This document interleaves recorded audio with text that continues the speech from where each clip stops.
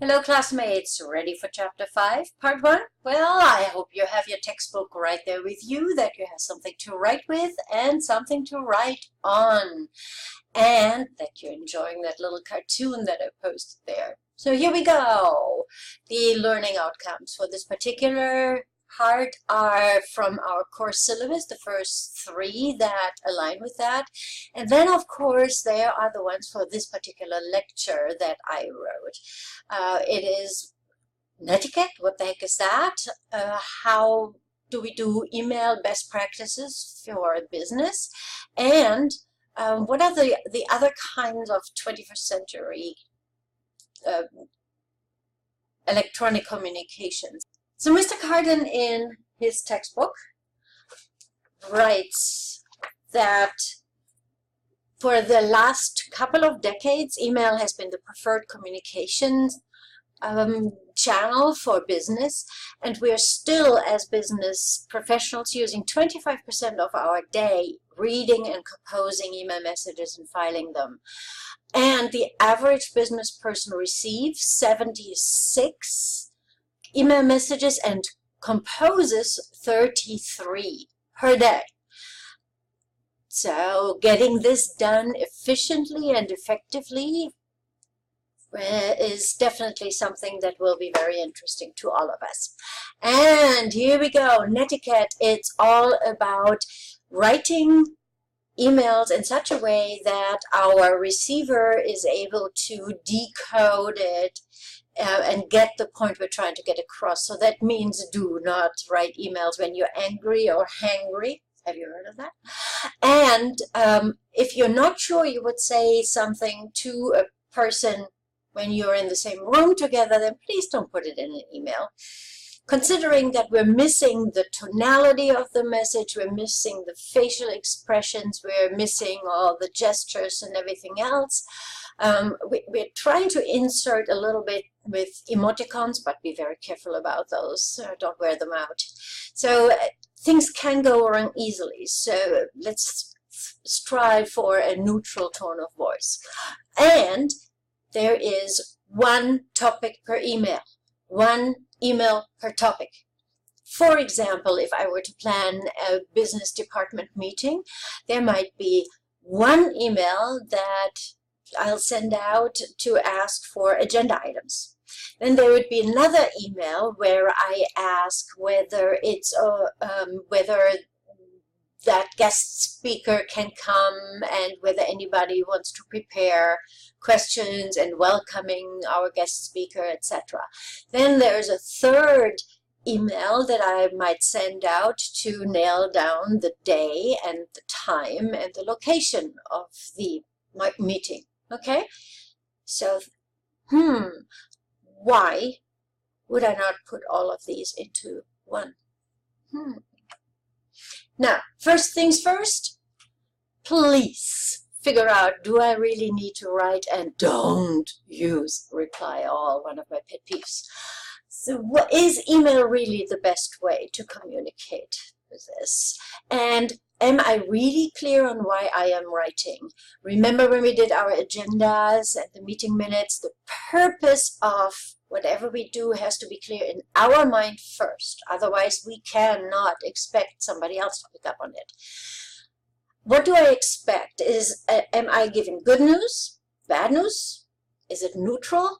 So let's anticipate what the reaction might be, and then we can make decisions on how to write accordingly.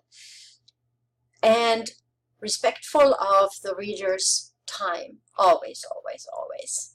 Now, the most important part of an email is the subject line, because that will determine whether your email gets read or not, whether it gets opened on time or not. So subject lines like urgent and stuff like that, they don't do anything. I mean, I don't even look at those. So that means that in the subject line, we have to come up with a way to summarize the main point of the message, but in a very short way. So no complete sentences right away. Any deadlines? need to go first. So for example, if I want agenda items for the business department meeting by the end of Tuesday, I would say business meeting, call for agenda items due Tuesday. Okay? And there is on our page 84 a good example of an excellent email message. Right? Now, when it comes to the opening, emails are much more direct than others. That's why sometimes it's not the best channel. So we call that front loading. Go ahead and start out with the main idea.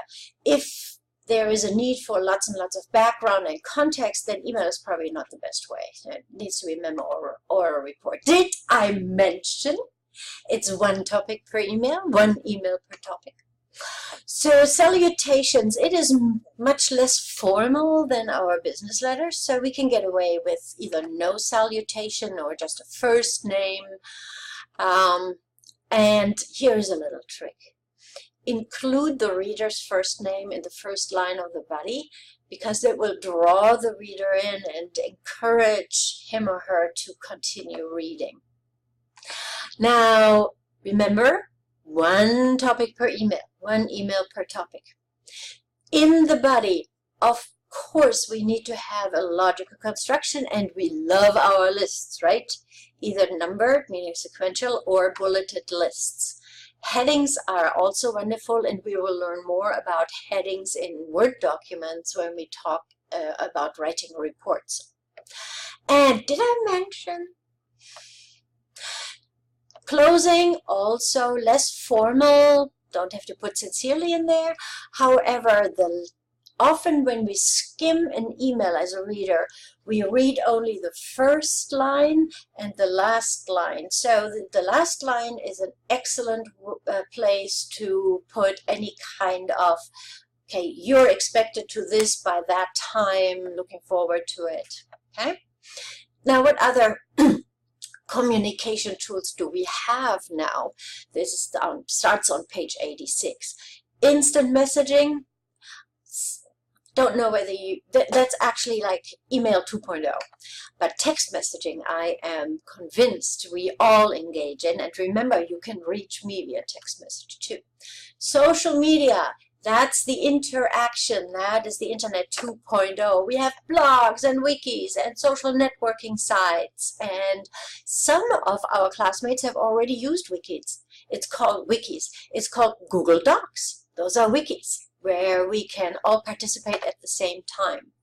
Now, when it comes to electronic messages, this is an important point here, that our employers have the right to observe and monitor our online activities, because we are on their time and we're probably using their equipment. Copyright law, yep, it's a big deal. There are so-called trolls out there that try to go after you. Okay. Ethics. When it comes to social media, the ethical behavior, or the lack thereof, has been all over the news when it comes to influencing even our national elections. So keep your eye out for that too. Okay, we'll talk more about that in the chapter on ethics and social responsibility. Now, this is a summary of the things about email best practices, and this is what I just presented to you. What is netiquette? What are the email best practices? And what are the main 21st century technologies? Heads up that in the next lecture, we're going to talk about cell phone and phone use. But here's your assignment coming that is due before 7:30 a.m. on Tuesday via Canvas email. Please make this poor little thing better. So this is the email, the subject line, and then the salutation, the body, and the closing of an email first draft. All right, I'm looking forward to reading all your emails. Take care.